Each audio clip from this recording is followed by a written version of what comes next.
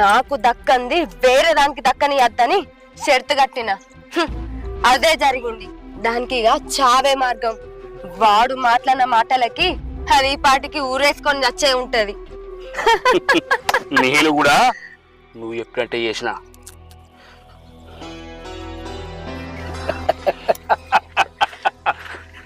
వస్తాయి దరిద్రపు దానా, ఎంత పని చేసినవే. నా చెల్లె జీవితాన్ని నాశనం చేయాలని చూస్తావా? ప్రాణానికి ప్రాణంగా ప్రేమించుకున్న వాళ్ళిద్దరిని బీరని చూస్తావా? పురుగులు పడి చస్తావే.